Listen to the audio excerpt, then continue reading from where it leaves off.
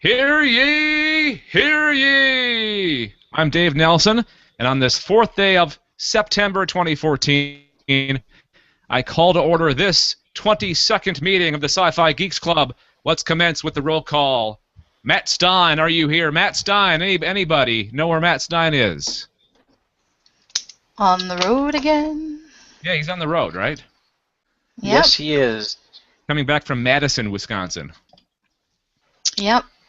All right. Well, somebody will have to answer Matt's question, I think, tonight. What's the question? Okay. So this is going to be like up for grabs. Anybody want to just shout it out, okay? Okay. In the world of sci-fi, would you like to be, or no, hang on. Okay. In the world of sci-fi, who would you like to be your father? Anybody?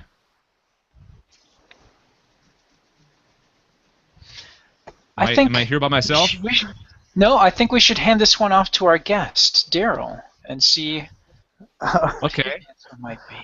I'd like Tony Stark to be my father, please. There you go. That would be awesome. You would have the best toys ever. Great answer. All right, continuing on with the roll call. Brad Ludwig, are you here? I am here.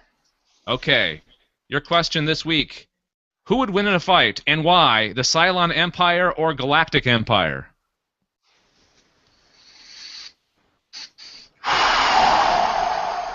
And you have to specify which Cylon Empire, from the original series or the rebooted Battlestar Galactica. It would be the Cylons from the rebooted, and the reason why is they had creativity and they had limitless energy to accomplish what they wanted to do, and actually by the end of the show they kind of did. So that would be my answer. The Cylon Empire. All right. Cylons, sorry. Okay. Ding, ding, ding, ding, ding. They win. All right. Finally, Anessa Moyens, are you here? Yes. Your question this week, if you could own a restaurant with the theme of any sci-fi show or movie, what would it be and why? Oh, I already have the idea for a wrestling restaurant. Well, that's not science fiction. No, it's just fiction. Now I have to think of another restaurant theme. Let's see. Of any sci-fi show or movie. You guys know that I write these in advance, right? You could look and actually come up with something before. And it would make things a lot smoother. Well, they're not always there when I look, so. Okay. And it doesn't make it quite as spontaneous. That's exactly. true. It's like, I've got an answer. Yeah, I really don't know. There's not like any particular theme. I mean, I could do something that's like easily Star Trek or Doctor Who theme, but I'm sure that's already been done long ago. Okay. So. All right. Well, think of anything before the end of the show. Just yell it out. Shout it out. All right? Will do. Okay. Let's introduce our guest. He already piped in once. Darryl Johnston, UK sci-fi chap, IT nerd, and one-time worker in a sci-fi exhibition in a fishing heritage center. That does sound weird. Specialized in subjects are Doctor Who, Transformers, comics, and cartoons in general, geeky type stuff. Let's give a warm SciFi Geeks Club welcome to Mr. Darryl Johnston. Hey, Darryl. Awesome. Thank you very much. You get your very own fanfare. There you go. How's that make you feel? That makes me feel. Oh, we like to make our guests feel special and like a VIP, and that's why we play that for them every single time. Well, Darryl, you're just a fan. You're a listener and a watcher of our show, right? Or of our network, yes. How long have you been following Galactic Netcasts? Oh, quite a while, because you sort of accompany me on my commute to work. I podcast you, so you're mobile, so you sort of entertain me on my train journeys, and that's been quite a while. I did a broad search on iTunes and was just like, just give me something with sci-fi in the title. Oh, nice. Yeah. Glad that ours came Very up. cool. That's pretty awesome. It's good to see. It's good to hear that iTunes actually works. Their search actually works. Yeah. All right. Well, you're from the UK, and one of the reasons that we brought you on is to talk about Doctor Who, and we'll be doing that later on in the show. And we were supposed to record last week, right after, or I guess that would be a week after, or about a week after the Season 8 or Series 8 premiere hit the TV. But we've actually got 2 episodes under our belt, and we'll be talking about the first and second episodes of Series 8 coming up later on in the show. But before we get into the week's science fiction news, or 2 weeks ago's science fiction news, let's read the minutes from the last meeting of the Sci-Fi Geeks Club. What did we talk about last time, Brad? Well, in our last episode, our guest geek was Andy Weir, author of The Martian, and had a good time talking with Andy. Our first story came from Matt, and he brought to the table the Quantum Break gameplay trailer. Now, it's a very anticipated and a very interesting video game that, of course, is sci-fi, and it kind of seems to combine a couple of aspects to a couple of different games, or at least that's what they're being compared to, and they seem to be a good match for each other. Alan Wake is one of the games, and actually, I'm sorry, that's right. This one involved time travel, so the other part was Doctor Who. See, it's been 2 weeks. I've kind of forgotten. It's coming back to me now. Alan Wake was a sci-fi game where you're kind of living the story that you're writing. So you have the ability to kind of be in a very expansive and responsive world. So this game is kind of being compared to those different aspects. And the time travel is, I believe, you can. It dealt with either pausing or moving the game, and movement or gunplay, that you could kind of pause time and manipulate time a little bit in fights. So that's where that comes from. The story I brought to the table was the DC Universe is finally addressing their 52 different parallel Earths in a comic book series called Multiversity. And they actually released, and this is during Comic-Con, they released a sort of a map which outlines the 52 different Earths and where the Speed Force lies in relationship to that, and where the worlds of the gods, sort of the heaven and hell, sit there, and gives some clues to some upcoming plot points and different things in the DC Universe. So it was a very limited edition map that they had available, but very, very informative. So if Brad, you were lucky to... Can I interject real quick? I actually got Multiversity #1 from my local comic book store, and it was pretty good. I'm having a hard time. I'm fairly new to actually reading comics. I've been following comics for a while, comic books. So I'm still getting used to learning where to, and maybe you have a tip for me, Brad. Help me out here. What's your guide to where to read next? Which panel to read next? Because sometimes they jump around.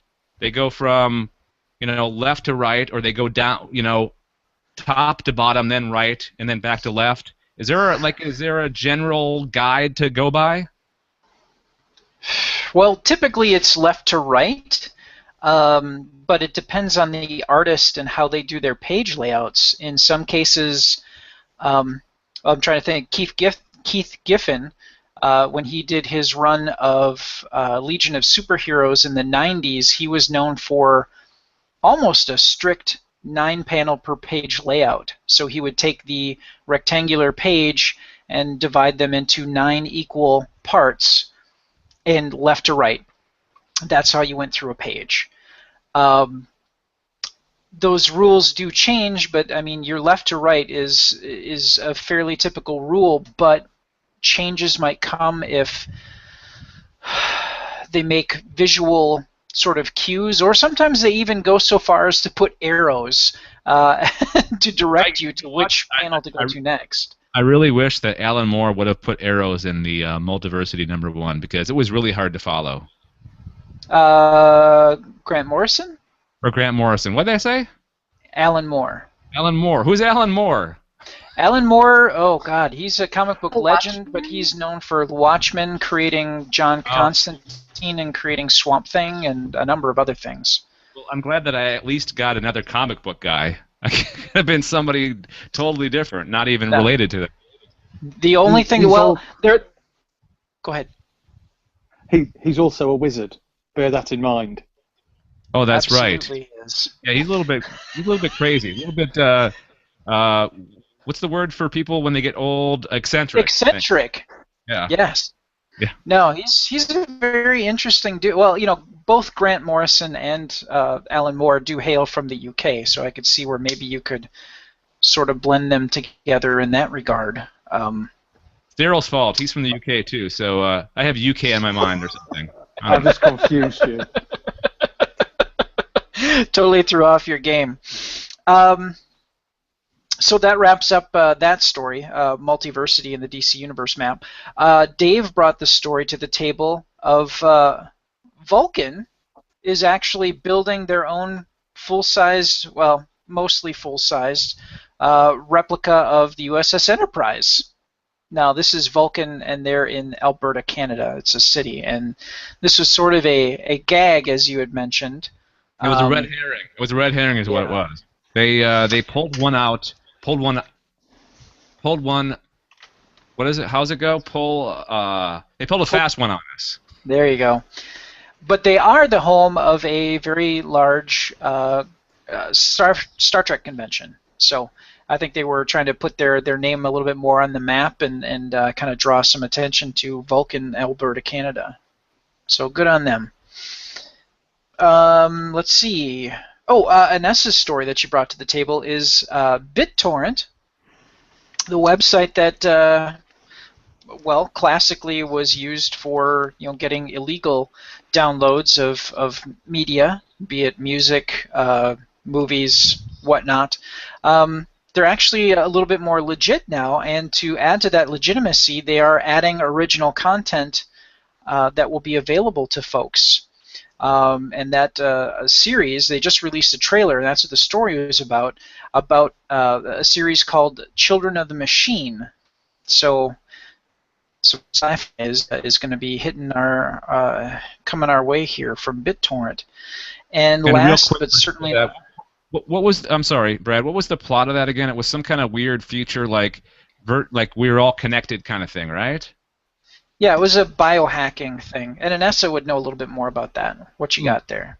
Yeah, essentially it's kind of at a point in society where technology has kind of gone downhill, and so a lot of the older generation still kind of fears technology, but there's a younger generation that's looking to get implants, and they see that as a way to communicate with each other. And it's also a way that they can get high without actually injecting any drug into their system, or however other methods you get drugs into your system. So it basically alters the hormone balance, and people call it, I've gone blank as to what they actually have the name for, but they have these periods where they can get high, but they see it as a way to where they can communicate. That's the only way that they can communicate with each other, because they feel like if they don't have this chip, then they're excluded from everything at school.Ey'll never fit in. So jolting is the word you're looking jolting. for. Yeah, so the kids jolt. And there were a couple of videos, and one of them, the person talks about how these implants under the skin are going to be the future, and it's the way that people are going to be able to access information and pay for things and identify various things, like how you go through airport security and whatnot. It's going to be how you do everything.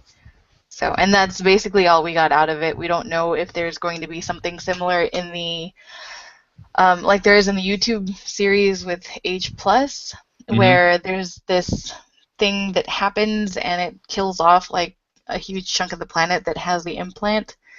And the only people that actually survive this incident are the people that are out of reach of network, whether they're in a parking garage or out in the middle of nowhere.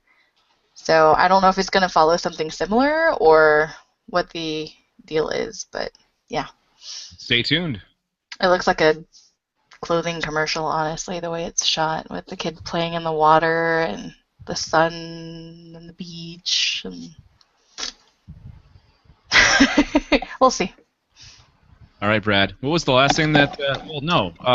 Andy Weir was the last person on our list, right? Mm-hmm. Absolutely. And the story that Andy brought to the table was the propellantless propulsion.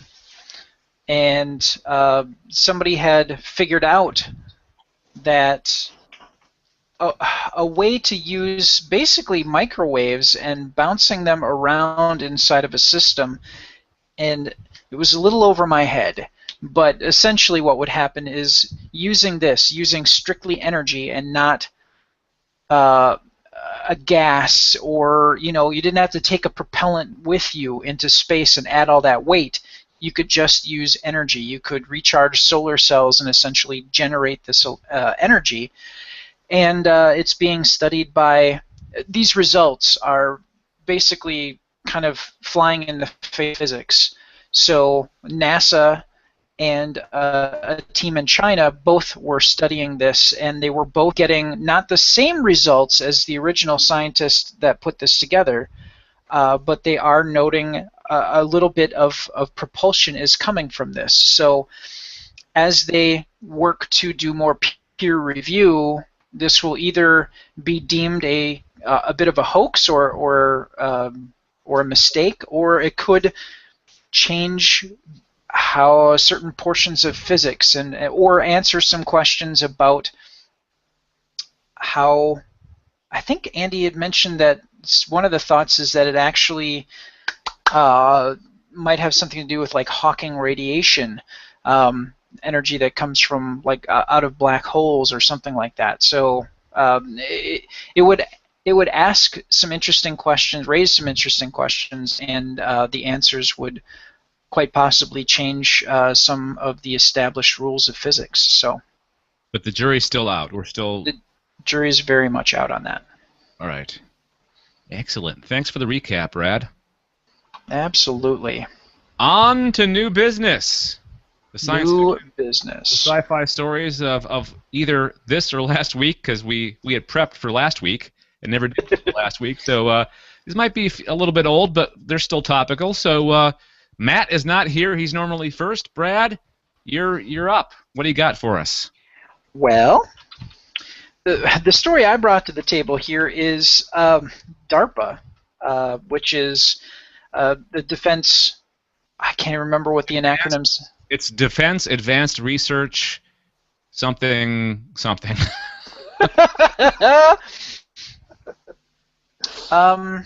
I'll run with that. Let me. I'm gonna look it up. Yeah, I'm looking it up as well. DARPA, Defense Advanced Research Projects Agency. Ah, okay. They commission advanced research for the Department of Defense. So that's their gig. Now, the interesting story that I found, and this came from, I believe, IO9. Shoot, I didn't. I'll have to look that. I believe it was IO9 or one of their sub-sites that's a part of that group. DARPA tried to build Skynet in the 80s. What? Yes, they spent over $1 billion on a program called the Strategic Computing Initiative, and their goal was to kind of push the boundaries of artificial intelligence and robotics and actually try to come up with machines, or in some cases, in one of the cases I read up on, was a vehicle that had weaponry on it that could be controlled by a computer system, attached to a satellite that could direct these machines to go to a location and await further commands or launch an attack or something like that. They were working towards getting soldiers off of the field and trying to make things safe. And also, this tied into the Star Wars defense system. Yeah, the name sounds like it's related to the Star Wars system, kind of. Yeah. Now, for those of for those of our listeners who might not have been alive during the 80s, then President Ronald Reagan had this goal to create what was deemed the Star Wars defense. It was basically a laser defense type grid from space that could take out intercontinental ballistic missiles, ICBMs, knock them out as they were launching in space to get to the United States, essentially. So if Russia were to launch a nuclear attack at us, we could use this Star Wars defense laser system to destroy these rockets before they were able to launch their payloads and destroy the United States. Well, since now it is 2014, that obviously didn't happen. So it's been kind of an interesting, and that's what the point of this story was, just the interesting ride of getting Congress to cough up $1 billion to do this research that essentially went nowhere. Part of this too was fueled by, Silicon Valley at this point is kind of in its infancy at this point. And we also wanted to financially be able to compete with the technology of Japan, which was doing a lot of electronics work. So, as is a lot of things, money is spent to develop these things through defense or through NASA to create new technologies. So this was kind of an important step to, one, kind of give legitimacy to American electronics and change kind of the view that they were garbage, unreliable crap, and Japanese electronic equipment was far more superior. To change that perception, to develop more technology on our side of the ocean and become more competitive using these technologies that would have been built for the SDI program, the Star Wars Defense, Strategic Defense Initiative, as it was officially called, and this program from DARPA to develop a quote-unquote Skynet. DARPA is always doing very interesting things. We've talked about DARPA a number of times on this and other shows on the network, especially on the now defunct time-traveling robots in space. We talked about the Big Dog and some other other robots that they were working on. So it's always fun to find out what DARPA's what they're up to these days. The cutting edge. Yep. The one thing I was going to mention is what kind of ties in with that is Google purchased Boston Dynamics, which is one of those. I think Boston Dynamics. I know that they created the walking soldier that we've seen videos on the internet and on YouTube. And also, I believe that they created I think they did create the dog-like creature that could run at like 20, 30 miles an hour. I think you're right. I think DARPA was involved somehow. I think they were working with DARPA, or DARPA had some kind of competition, and they were they entered with the Big Dog or something like that. I forget. Yeah. Oh, I'm sorry. This story came from Gizmodo, their Paleo Futures section. But very long and interesting story about the history of SDI, the SCI program, which would have been the Skynet, to develop these computer-controlled defense system on the ground. And Lockheed Martin was a part of this, and so much money was spent on this thing that didn't ultimately get off the ground, no pun intended, but it actually opened a lot of doors for America to kind of develop a sense of boy, being a leader in electronics. So it was kind of an important step for America there, even though it ultimately successful in this huge defense pipe dream that they had in the 80s. It's always fun to like dig up something in history that people weren't really aware of, like this. You know, Yeah. it's like, you know, what could have been, kind of like an alternate reality. What would have been if this or that would have happened? You know, Yeah. because this could have gone terribly wrong. Oh yes, oh yes, and I highly encourage. And what I'm talking about is a fraction, again, literally a fraction of what this story is about. You know, I highly encourage. We're going to have the links to all of these stories in the show notes. Please, you know, go and check this out on the paleofuture.gizmodo site that it's on, and read up on this. It is an expansive read, but the history and doors that it opened and folks that were involved in it, by folks I mean companies, because obviously companies are people, all together to try to succeed at something that didn't, but it also had side benefits that are still working for us now. So it's a fascinating story. It's funny that we go through a while because there's related to this week, kind of catch everybody up the news of this week. Google said it's working on a super fast quantum computer chip as part of a vision to one day have machines think like humans. That's kind of like Skynet sounding. A bit, sort of. Yep. No, it's So let's find these two. Let's. Well, Absolutely. you've currently got IBM's brain chip as well. IBM are developing a chip that mimics the human brain. I don't remember that. Yeah, I heard about that. Oh. Yeah. That's. We live in a weird world. Like, there's a lot of weird possibilities in our future between Google and IBM and everybody else. Who knows what could happen? It's a toss-up. We could have a dystopian future or a what's the other one? Opposite of dystopian? Utopian. Utopian. One of the two. So, any thoughts? Final thoughts on the story? Anessa, Darryl. Hooray for not having Skynet. I, for one, welcome our robot overlords. Yay! I was really hoping somebody would say that. I was hoping and dreaming that somebody would say that line tonight. That's awesome. All right, so there you go. Let's move on to the second story. And hang on, I'm in the wrong tab. Bear with me here. All right. I think I've got the second story, right? I believe. I believe so. Okay. Yeah, All right. I'm usually not till later.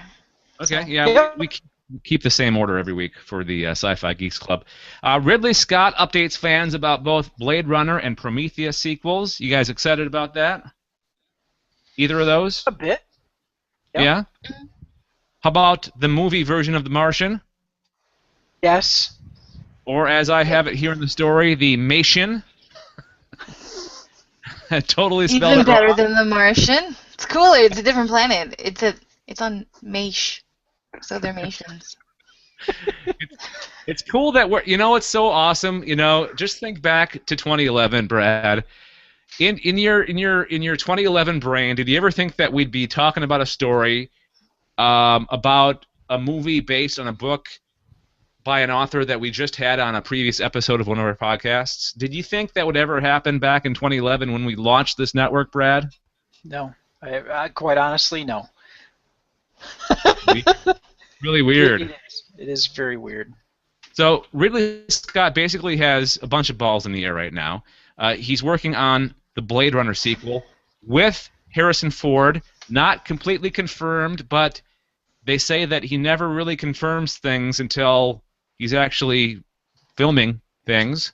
So from what Ridley's saying, he's got Harrison Ford as an older version of Rick Deckard. Rick Deckard? Is it Deckard? Record. Yep. Okay. And that's fascinating to me. Because that's the perfect role to have an older version of, right? Because there's been movies and stories and books and TV shows about older, like, Private Eyes, and that's basically what he was. Not a private eye, but he was in like a law enforcement agent, right? In Blade Runner. So I think it's perfect for the returning to that character when he's older.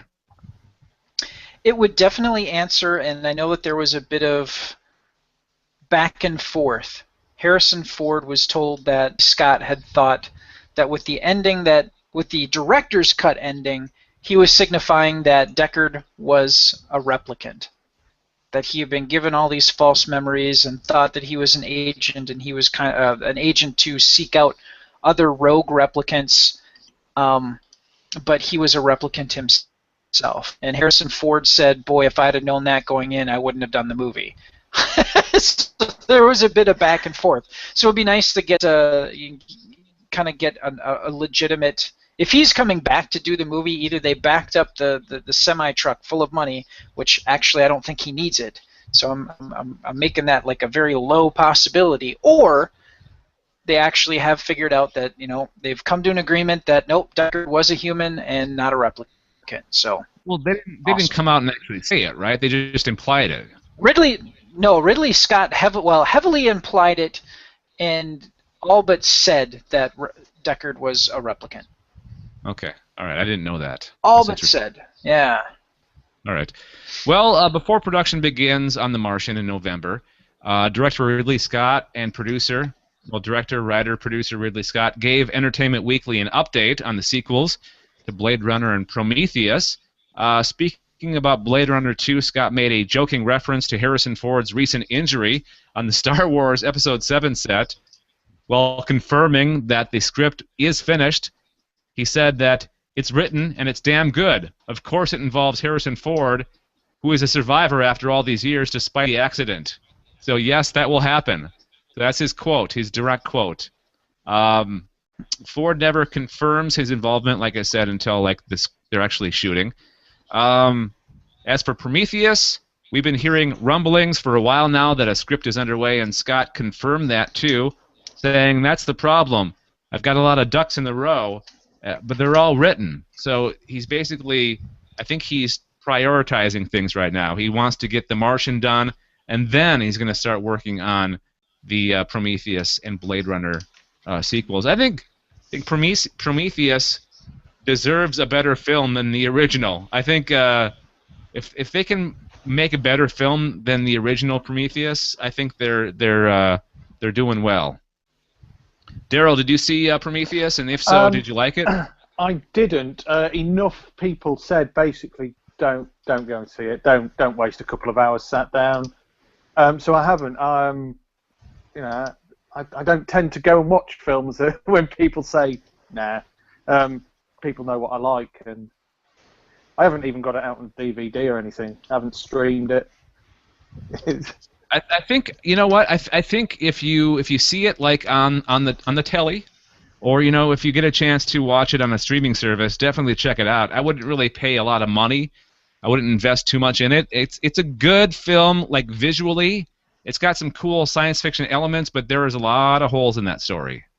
And Brad, I forget what was your feelings on Prometheus? I had never seen Prometheus, but one of the things that I did do is I follow on YouTube. I can't remember her name now. Comic. Oh, hang on. Comic Book Girl 19. She's got a YouTube channel where she talks about comic books and sci-fi, and she saw it in the theater, hated it, and then saw kind of a deleted scene, like director's cut version, which added a lot of material that would have made it suck a lot less. Okay. See, I had a feeling that was the case. And one of the things that Ridley Scott said is, he didn't give a rat's ass about the story, but he wanted to make things flow. And some of the things that were cut out, well, didn't give a rat's ass is kind of a heavy way to put it, but he cared more about the flow and the look than he did about the continuity of the story. So there were some bits that were cut that would have actually explained the stupid behavior of two of the scientists that get lost in the cave. It actually makes sense as to why that happened. And that's one of the things that people are like, God, those guys are morons. It doesn't make any sense that the story would have gone that way. Well, it kind of does when you see the deleted scenes. So Darryl, those are the... if Darryl wants to watch it, then definitely watch the one with the deleted scenes included, or the version with deleted scenes. It sounds like it. Too many films now are style over content, and yeah. And too many film trailers with the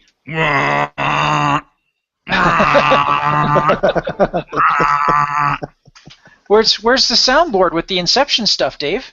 Oh shoot, I forgot about that. I need to get that sound. I need to get that sound that every single like sci-fi trailer uses. That hang on one second. Where is it? I don't have it on the soundboard. What's wrong with me? Huh, it's on the Google Hangouts, isn't it? Yeah, it's on the Google Hangouts, and it's... That's not it. That's not it. Hang on. Oh. There it is. Yep. Doesn't that need to be followed by the Wilhelm scream? Oh, if only we had that on here. I have that. There is a website that you can go to that's all it plays when you click the button. Hang on a Similar second. to the sad trombone. Yep. I have those, both the Inception and the Wilhelm scream on the Alien Invasion podcast soundboard. So give me a second here. I'm really getting off track. My apologies. A little bit, but you'll have that. I need to have these links more handy. Because they're in the document, and then you click on the links, then you get to the soundboard. That's kind of an ass-backwards way of doing it. Yeah. But I usually don't go to... I don't need to usually go to the other show soundboard. That's the problem. All right, stand by, guys. This is well worth the wait. This is worth the anticipation. This is like...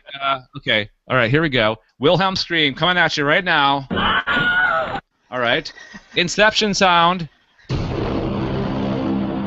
Sad trombone. There you go.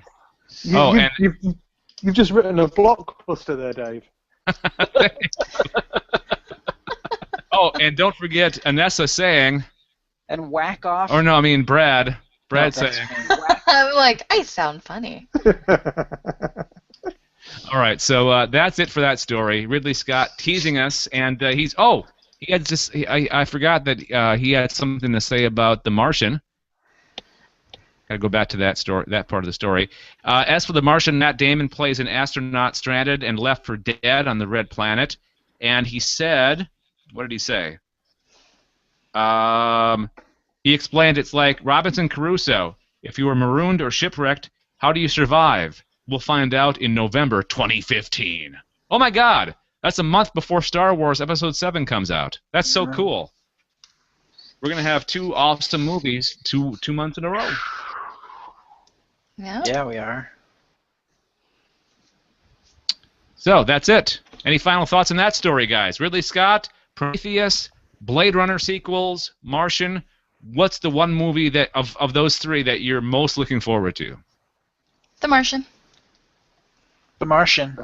Martian, have to say. Darryl, have you read that? Have you read The Martian? No, I haven't. I've got an electronic copy, and that's actually down to you guys. I think you guys have single-handedly promoted it. Oh, speaking of The Martian, Brad mentioned to me the other day about his boss having listened and... Yeah, my boss, Andy, has started listening to the Sci-Fi Geeks Club podcast, and he listened to the Andy Weir episode, and he's like, "Oh man!" After hearing that, and he had to drive to Nashville, and from from where we're at in Wausau, Wisconsin, that's a 9-hour drive. So he had time. He had a lot of time. So he listened to that, and he kind of talked to me and followed up on some stuff, and I said, hey, since you're driving, you can get the Audible version of The Martian for $3 through Amazon. So you should totally do that. And he's like, oh, I'm buying it now. So yeah. My boss is now listening to the podcast and is now listening to The Martian. That's pretty cool. We'll take any listeners we can get, and it's good that people actually are interested in the stuff that we're talking about and the authors that we have on. I think we've sold a few books for the authors that we've had on, both Andy Weir and Hugh Howey. We've had Haig. Yeah. I can't remember how he says his last name. And Bill Meeks. He does the Bill Meeks with Dog Boy. Dog Boy series. Yeah. Yep. So I think he's starting a new series soon. Yeah, I'm trying to get He's him wrapping on. up Dog Boy. I'm trying to get him back on the show, but our schedules are refusing to mesh. So hopefully we'll get Bill back on. All right, let's move on to Anessa's story. What do you got? This sounds interesting. Porn! And not just any porn. It's Doctor Who porn. Yeah. Oh yeah. Check out the sonic screwdriver. It's bigger on the inside. That's what she said. Seems like the JJ joke there. Yeah, that's a definitely, yeah. Yep. Okay. Hey, tell us about this thing, Vanessa. Oh, goodness. Okay, so, found this on IO9 about a week or so ago.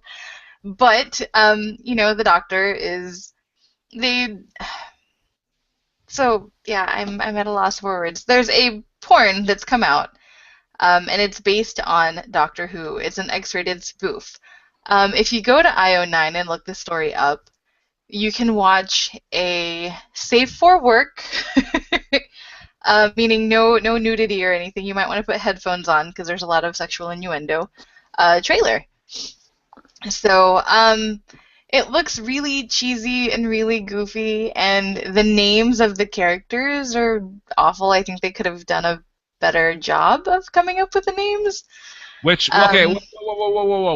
What doctor are they basing the doctor character on in this? Well, I was going to get to that with the names. Actually, we're going to have two people playing the doctor. We're going to have 10 and 11. So David Tennant style doctor and Matt Smith. Dr. Horror. I think it could have been better with like Doctor Who, maybe. Yeah. But whatever. There's all to be the villains in there. You've got Cybermen, or I guess Cyber Seamen, and Daleks chanting "Exterminate." You also have companions. You've got Rose. You've got River Dong, I believe is the name. You've got someone playing Amy Pond. I can't think of their names. And you've got Martha. You don't have Donna, though. They left out Dr. Donna. So, but, yeah, it looks like something I probably would never watch because I don't want to ruin that aspect of Doctor Who for me. But just reading the story and seeing the trailer just, to me, was really entertaining. I wonder if this is from the same company that did a porn version of The Next Generation a couple years ago, and they actually released the trailer. But they also did Game of Bones. They did one for Game of Thrones, calling it Game of Bones. I love So it probably is this same company that did one for Star Trek. Because the Star Trek The Next Generation trailer that they had that was safe for work actually looked really good. Like, they had great special effects. I think the only character that I had a problem with was Data. They didn't really nail Data. Sorry for the pun. Uh, Yeah. No, as far as the characters and stuff go, the Cybermen look kind of cheesy, very, I don't know, reminds me of old school Doctor Who with like the costumes, maybe using bubble wrap and spray paint sort of thing. I mean, but the rest of the characters, the costumes and stuff look pretty good. And they did a really good job with finding actresses that resemble the companions fairly well. Especially Rose Tyler. I think she's spot on. And then you've got Martha and someone wearing a red wig as Amy Pond. So, but yeah, so Doctor Who porn. If you're into that sort of thing, look it up. it's the perfect mashup of geekiness and. If you got a couple, your wife and you, or your husband and yourself, want to get inspired, and you're both geeks and you love Doctor Who or whatever genre show that porn's based on, why not combine the two, Okay, now that we've had the American/Canadian version of this, I want to ask Darryl. I want to ask Darryl, what are your thoughts of like Americanizing? Like a porn version of a sort of a classic, iconic UK character. Well, this isn't actually anything new. I mean, what Anessa's said is a new take on it. But when David Tennant was the Doctor, a softcore porn, I believe, I don't know, I have no reason to search for it, called Dr. Screw. And they ripped off the logo. They ripped off Russell T Davis's logo. They ripped off the entire opening credits. And this was big budget. I mean, probably it makes me weep. It makes me why? What I mean, personally, I much prefer superhero porn, but that's just me. With the superhero porn, you can, exaggerate things because you have superpowers. Wow, this all I can think of really took a turn. All I can think of now is Mark Hamill as a character Cockknocker from the Kevin Smith film from Jay and Silent Bob. There we go. How'd you get the name Cockknocker? Well, funny story, that. Oh, Jay and Silent Bob Strike Back is a great movie. Oh, man. But yes, I'm surprised the BBC haven't sued as well, because they're quite protective over their intellectual property. Yeah, what? I have a weird feeling that they came to some kind of arrangement, because this is not the first time that this has happened. I mean, these porn parodies get made all the time, and yet you never hear about them being pulled.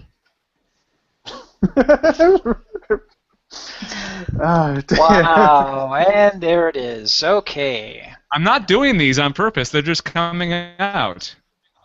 Liar. Oh dear. Hey, let's segue from the fake Doctor Who to actual Doctor Who, and that's one of the reasons we brought Darryl on the show this week. He's from the UK, the birthplace of Doctor Who, the 50-year-long TV franchise, mega. I don't know what the words I'm looking for, but anyways, Darryl here is here, among other things, to talk about Doctor Who. We've got 2 episodes under our belt. We've got news this week that what's the show? Oh, Stephen Moffat may be off the show next year for the next series. That's kind of big news. So let's get into it. Darryl, this is your time to shine. Where do you want to start? Well, a regeneration episode is always going to be the difficult one, and I'm actually pleased we've got 2 episodes under the belt, because I don't know if you guys watched Deep Breath. I was sort of 7 out of 10, and that's no disrespect to Capaldi as a Doctor, because he's a fantastic actor, and he always has been a fantastic actor. I just thought certain elements that they try and cram in, and I know it's not necessarily aimed at the 40-plus age group, but some of the elements, it's just I wish they wouldn't. I wish they.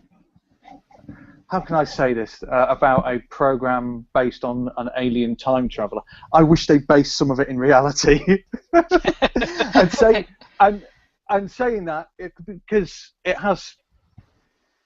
it generates column inches in newspapers because the fans are a little bit fanatical. Absolutely no problem with time travel, but a dinosaur, a T-Rex that big. Really, and it is. We're a fickle bunch, the Whovians, but I still think atmospheric. They're getting more atmospheric than someone's spending money because that was cinema quality. Oh yeah, it was a movie. It was a full length. It was a Doctor Who movie, is what that episode was. Yeah, and really I think it shows. I think it shows that it's now got a worldwide audience.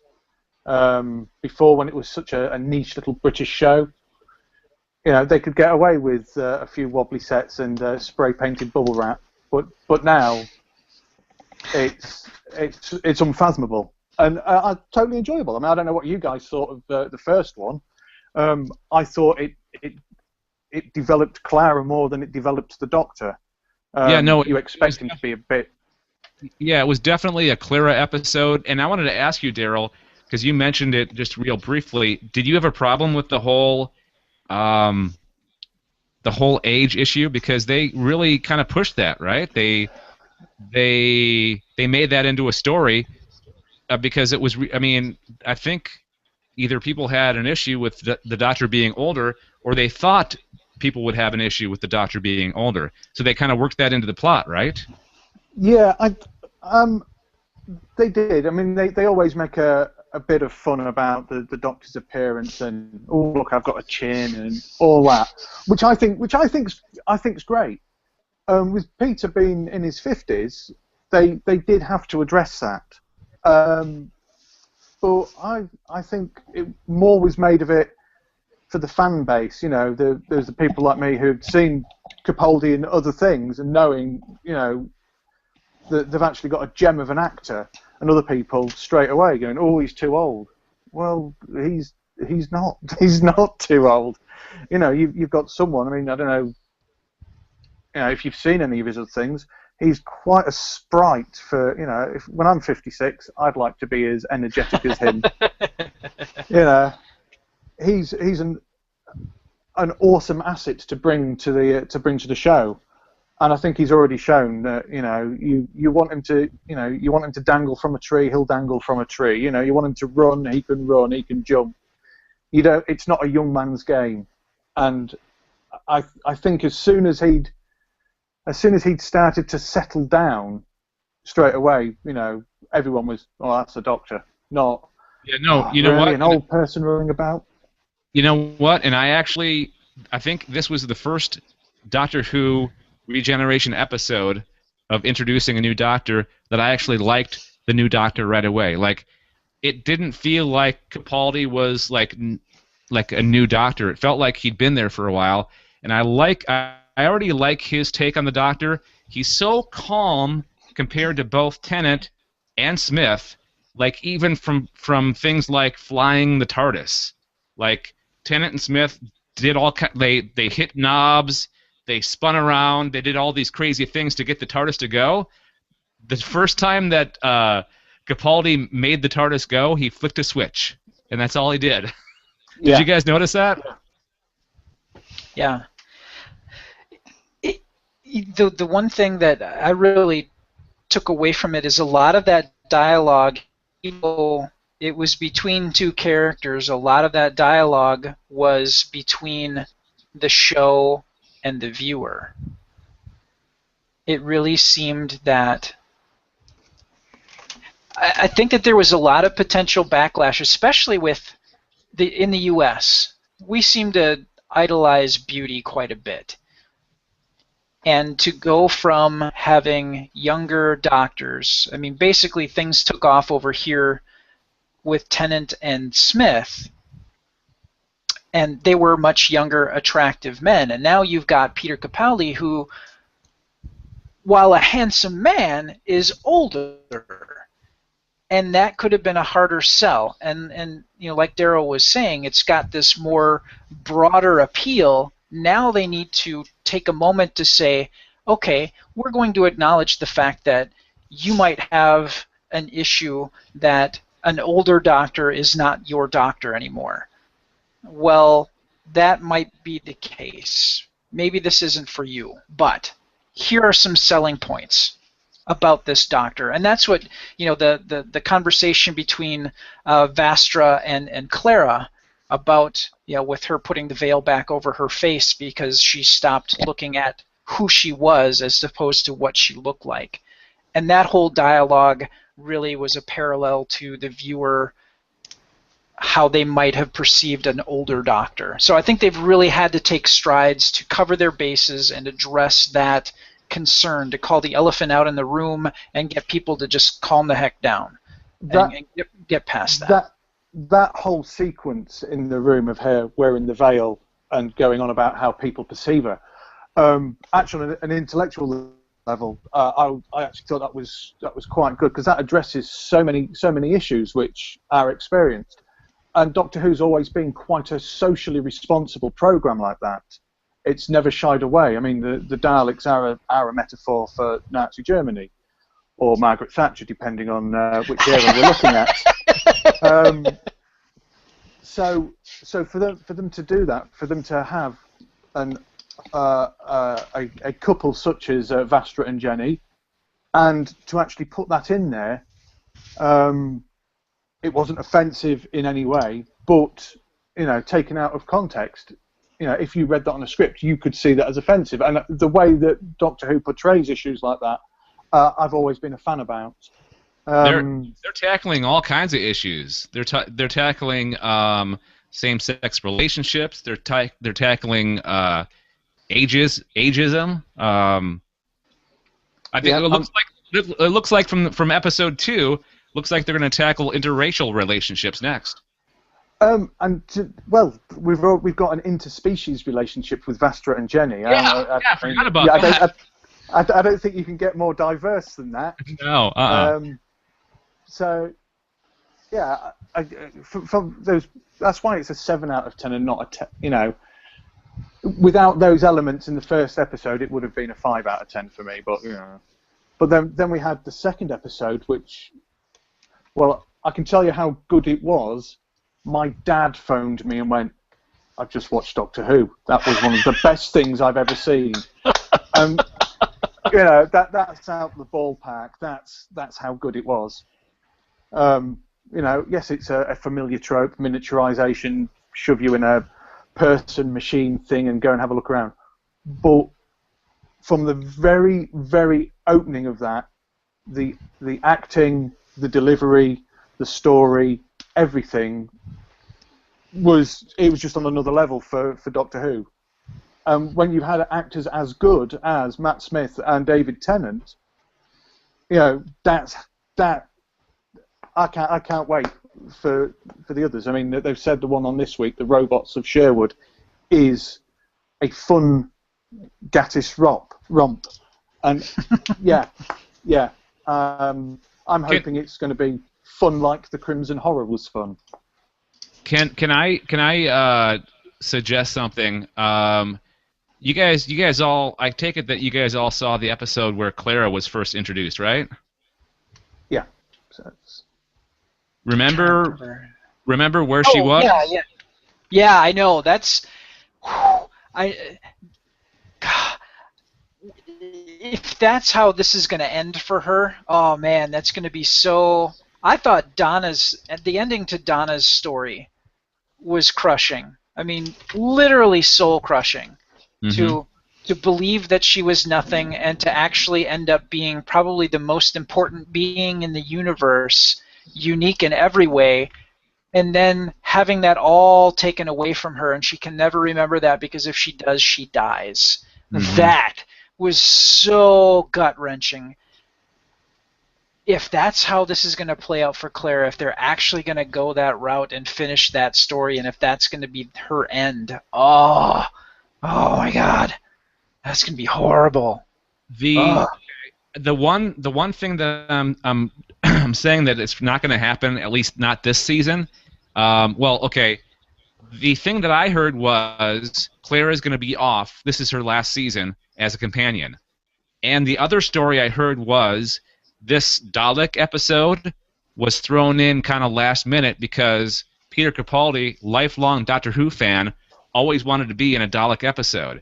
So if they do that, they're going to probably do it next season after Clara is off the show officially as a companion. So it's probably not going to be this season if it does happen. Okay. Wow. There are lots of rumours about that Clara is going to leave. But Jenna herself has said, no, I'm not, and Moffat has as well, but can you believe anything he says? He's No. Moffat himself has said he's not planning on leaving until, he reckons he's got another series under his belt. I mean, I'd like to see Moffat do more big things, more feature length myself. Yeah, no, he does really good. He does. I think that's where he shines because he does such a good job with the Sherlock episodes, and they're like mini movies. Every one of those episodes is like an hour and a half long. So, maybe he will leave. I mean, it's big shoes to fill. But Clara, I can't see her leaving unless the Danny Pink story, her school teacher boyfriend story, leads in a particular way. So, I'm actually looking forward to that. The conclusion of that, because it was intimated. Obviously, he's a soldier, and the Doctor has categorically said he doesn't like soldiers, which is an odd thing to say for someone that worked so long for UNIT. Yeah. So there's already these little ripples, and Moffat likes to throw in things like that as well as red herrings, to generate such the fan base online that there is. I don't know if any of you guys check out any of the forums. Not really. There's a theory for everything. Yeah, yeah. I lurk. The one thing that I did want to mention is I read that there's going to be this season series is going to be a lot less serialized. So there won't be as much of a continuing story in this season of Doctor Who. Well, I think he's sledgehammered the arc in there. Mitty has appeared twice now in Heaven, wherever Heaven might be. Yeah. But that's one of the things that he tried to do with Matt Smith, is to make it more of a cinematic standalone. Whether he gets away with doing that or not is another thing, because I think people like a little theme to run through. Yeah, I know I do. I really liked the crack arc, but I know it drove a lot of people mad because they, at the end it was just like, oh, I don't understand. I mean, I think that's when my dad stopped watching. Oh, sure, yeah. Well, with the Heaven thing, that's not really well, it's at the end of every episode so far of the 2 episodes, so it's a continuing thing, but it's not It's not making the episode serialized. It's only one aspect of it, so it may, we'll find out at the end of the season, maybe. Who knows? Yeah.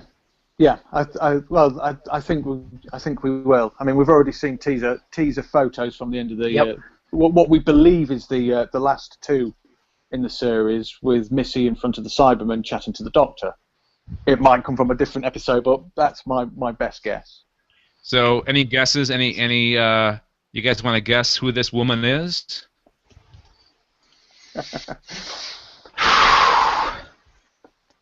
I would love to have this be the Ronnie. Who? The Ronnie. She was another. She was she was essentially a. Oh no, I'm trying to remember now. Was she a Time Lord? Yeah, she's a renegade Time Lord. Yeah, she's a renegade Time Lord. That's right. And she likes science, but not nice science. She does the sort of naughty science. So maybe these people they think they're dead, but they're not. Yeah.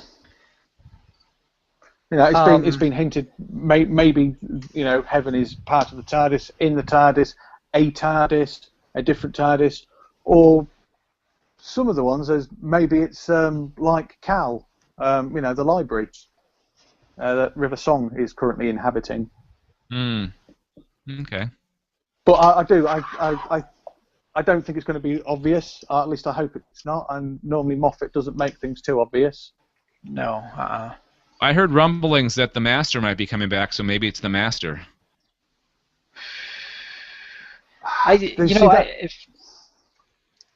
I'm sorry. Go ahead, Darryl. I've heard that they may do that as a way of legitimizing that the Time Lords can change sex. I actually think personally that would be a bit of a lame cop-out myself. You want the actual Doctor to change into a female instead? No. Oh, you don't want that to happen. Okay. No, okay. I don't think anyone does. Do they? I don't know, Anessa. What do you think? What's your thoughts on this? I'm cool with the Doctor being a female. I have no issue with the Doctor changing gender maybe once or twice. I mean, it's been said that it's possible, but it's never happened, and I think just to throw it in there, and I don't know, I think it would be a good change from having a male-driven show. I think it would be interesting. I think it would be fun. It'd be a hoot. I think they have a hard enough time selling an older Doctor right now. I think we're a ways off yet. Be a couple Probably, but I mean, going back to the whole age thing, I'm pretty sure the only reason why they hammered it throughout the entire episode was because there were a lot of people that were like, "Oh my God, the Doctor's so old!" I'm like, have you never seen any of the other Doctors from, the first Doctors? Yeah, he's the same age as the first Doctor was, wasn't he? Isn't he? Yeah, he is. Yeah.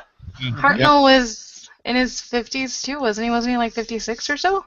Something like that. And but yeah, like people raised a big huff about it, and that's really the only reason why I'm pretty sure that they addressed it in the episode, and why they focused so hard on Clara, because Clara also they could relate to her, and she's a relatable age, a relatable character. She's a pretty face, and by pointing out that she's being judgmental, as stated before, they're pointing out that there's a lot of people out there judging the Doctor just for his appearance and not for who he is inside, which he's not even certain of. But as far as the episode for me, I thought it was for Capaldi, it seemed like it was off to a rough start. Like he was trying to find his groove and wasn't quite getting there. It wasn't really until the second half of the episode where he was finally getting out and doing stuff that he was really finding his rhythm.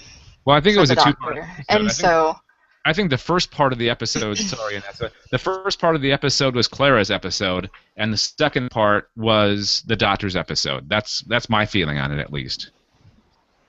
I don't know. I could see that. It's still very, I could kind of see that. But yeah, it was very Clara heavy as far as the judging and accepting, because even at the end, she still had to accept the Doctor. It was about her decision to continue on with the Doctor. It's still focused on her and what she decided to do, if she wanted to continue being a companion or go back to, teaching. So from the beginning to the end, even if there was a small chunk that was about the Doctor, the bulk of it was about her and ultimately how she felt about the Doctor at the end of the day. So do you feel the second episode was more Doctorish and less Clarish? Yeah, I think they really allowed Capaldi to go out more freely and do his thing now that the age thing had been hammered for an hour. um, and he did a brilliant job of being the Doctor. I really enjoyed him as the Doctor. Between him and Eccleston, those are the two that I accepted easily over Matt Smith and David Tennant. And Matt Smith, I liked quicker. I grew to like Matt Smith quicker than I did for David Tennant. It took me a while to even warm up to Tennant. Really? And I'm just like, I don't see why everybody has a hard-on for this guy. Well, it's it's like everybody that I was, huh? Some people can't. And I'm not even. Yeah, and it's like I'm around people, and they're like, "Oh my God, David Tennant!" Like I would, whatever. Like you had good quote Christian girls going, they would do David Tennant. And I'm like, what's the big deal? Like I don't really care for his character. Yeah. It took a while, and I really like going back and watching the episodes again. I really like David Tennant as the Doctor, but going from Eccleston, who was a darker character, to David Tennant, who was a bit brighter and more energetic and more out there, I think, as far as his actions go. I had a hard time warming up to him. So I think it was because of Tennant that I warmed up to Matt Smith a bit quicker. So, and it wasn't until the episode where I think it might have been called The Tenant, where Matt Smith was I can't think of his name. The guy who plays Smithy on Gavin and Stacey. Yeah, I know who you're talking The about. guy who's going to be taking Craig Ferguson's place on the Late Late Show. Yeah, he was undercover, right? Matt Smith was undercover, kind of trying to figure out. Well, he kind of got stranded because Amy was stuck in the TARDIS and they couldn't land the TARDIS, and so he was just like, I'm gonna find a place to live and I'm gonna be normal. And to me, that episode from Matt Smith was his time to shine because I felt like the other episodes were still heavy on the Amy, and this was purely a Matt Smith episode. So I think we need a little less companions and a little more Doctor, in my opinion. I love how Capaldi is dark. Like that whole line from last week's episode in the Dalek, or Into the Dark Dalek, where he's like, he was introducing Clara to the people on the spaceship, and something about she's my carer, so I don't have to, or something like that. Yeah, she cares, so I don't have to. Yeah. He definitely has a darker side, and I think maybe part of that has to do with what happened beforehand with the whole Time War, maybe. It's still like lingering thing. I know I've read somewhere that it might be the I can't think of what it's called now. But yeah, I like that he's a little darker, but at the same time, like he seems so you had Eccleston and he was dark, but he was an angry sort of dark. And you could really see his hatred for the Dalek. And you could see, Capaldi's hatred for the Dalek as well. But his darkness tends to, I think, affect his moral judgment a bit more than they did with Eccleston. At least that's what I gather. Because, I mean, it's implied that he allowed the guy, or he pushed the guy with the clockwork face out of the balloon made of skin. And so it's just a couple of other things throughout the 2 episodes. It just kind of makes you wonder if his moral compass might not be a little off compared to normal.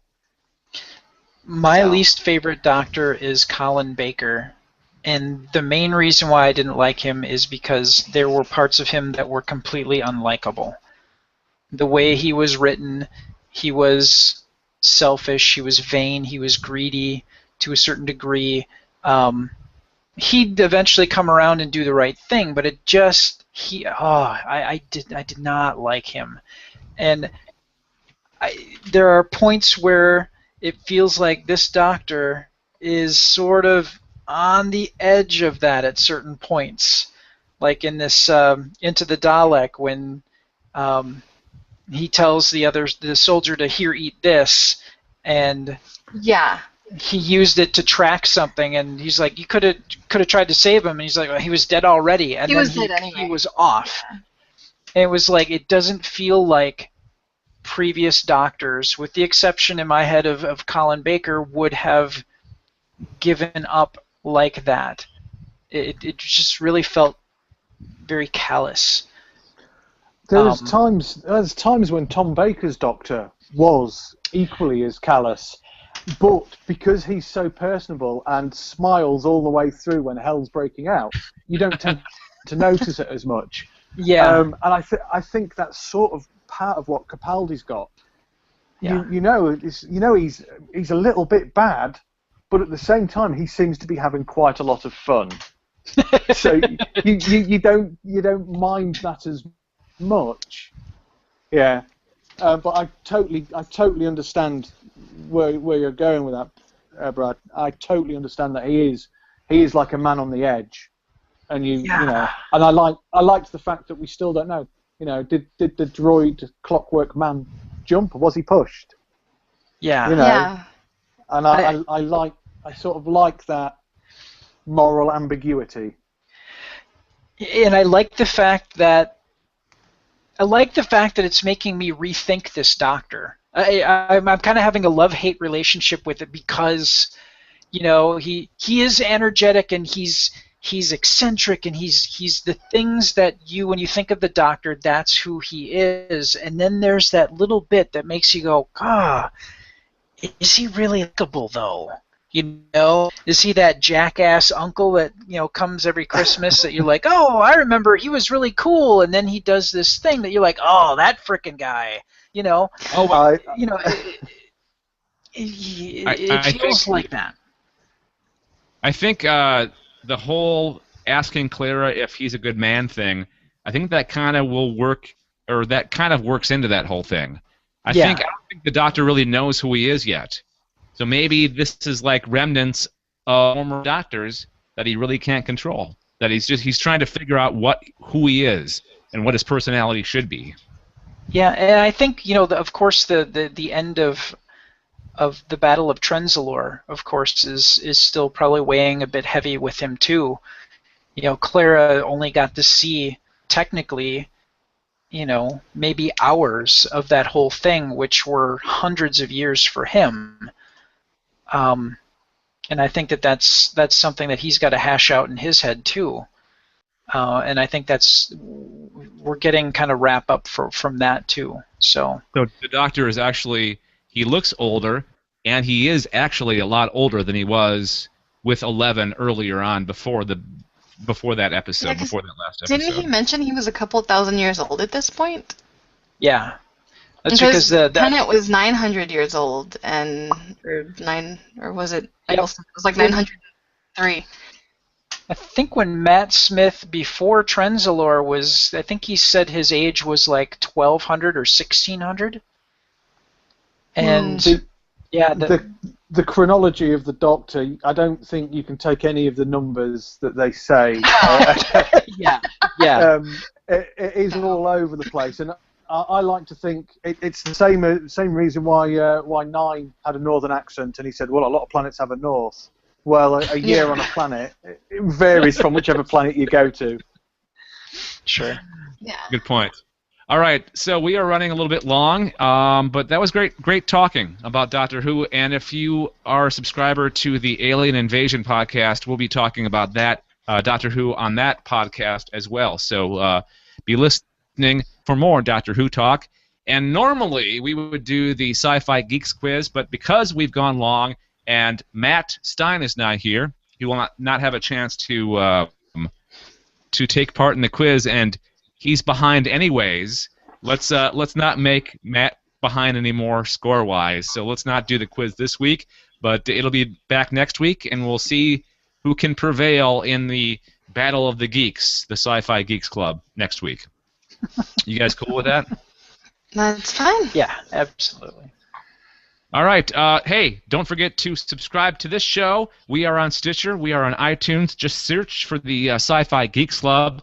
let us know what you think or what you thought about our Doctor Who talk or any of the stuff that we talked about here on this episode or anything else on any of the other episodes. galacticnetcasts@gmail.com is our email address.